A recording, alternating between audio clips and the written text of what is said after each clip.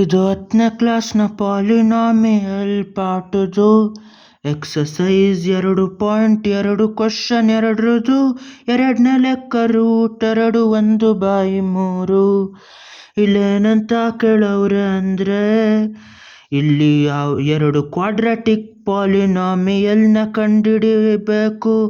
ಆದರೆ ಅವರು ಕೊಟ್ಟಿರೋದು ಆ ಪಾಲಿನಾಮಿಯಲ್ದು ಝೀರೋಗಳನ್ನ ಕೂಡ್ದಾಗ ಬರೋದು √2. ಅದೇ ಥರ ಝೀರೋಗಳನ್ನ ಗುಣಿಸ್ದಾಗ ಬರೋದು 1/3. ಆ ಸ್ಟ್ಯಾಂಡರ್ಡ್ ಫಾರ್ಮು ಯಾವುದು ಕ್ವಾಡ್ರಾಟಿಕ್ ಪಾಲಿನಾಮಿಯಲ್ದು ಅಂದರೆ ಅದು ax² + bx + c. ಇವಾಗ ಇದು ಝೀರೋಗಳನ್ನ ಕೂಡ್ದಾಗ ಬರೋದು ಆಲ್ಫಾ ಬೀಟಾ ಝೀರೋಗಳು, ಅದನ್ನ ಕೂಡ್ದಾಗ ಬರೋದು √2. ಅದೇ ಝೀರೋಗಳನ್ನ ಗುಣಿಸ್ದಾಗ ಬರೋದು 1/3. ಇವಾಗ ಇದನ್ನ ಮಾಡಬೇಕು ಯಾವ ಥರ, ಇದನ್ನ ಕೋಎಫಿಷಿಯಂಟಲ್ಲಿ ಬರಿಬೇಕು. -b/a ಅಂದರೆ √2. ಅದೇ ಥರ c/a ಅಂದರೆ ಇದರಲ್ಲಿ 1/3. ಈ ರಿಲೇಷನ್ಗಳು, ಈ ಕೋಎಫಿಷಿಯಂಟು ಮತ್ತು ಝೀರೋಗಿರೋ ರಿಲೇಷನ್ಶಿಪ್ಪು. ಇವಾಗ ಇದರಲ್ಲಿ ಕೋಎಫಿಷಿಯಂಟ್ ಎಷ್ಟು ಅಂತ ಕಂಡುಹಿಡಿಬೇಕು. ಇದನ್ನ ಗುಣಿಸ್ಬೇಕು.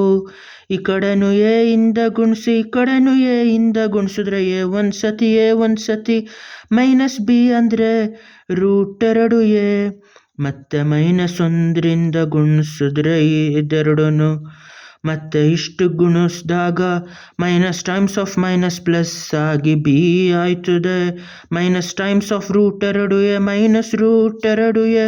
ಅದೇ ಥರ ಈ ಕಡೆನೂ a ಇಂದ ಗುಣಿಸಿದ್ರೆ a ಒಂದ್ಲಿ c = a/3.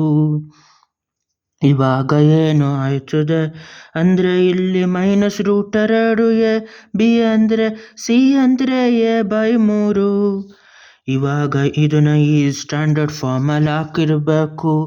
ಆ ಸ್ಟ್ಯಾಂಡರ್ಡ್ ಫಾರ್ಮಲ್ಲಿ ಹಾಕಿದಾಗ ಏನಾಯ್ತದೆ ಅಂದರೆ ಪಾಲಿನಾಮಿಯಲ್ ax² ಅನ್ನೋದು ಅದೇ ಥರ ಉಳಿದಿರ್ತದೆ. bx ಅನ್ನೋದು b ಬದಲು -√2a ಅನ್ನೋದು ಹಾಕಬೇಕು. -√2a times of b plus c ಅನ್ನೋದ್ರ ಬದಲು a/3 ಅನ್ನೋದು ಹಾಕಬೇಕು.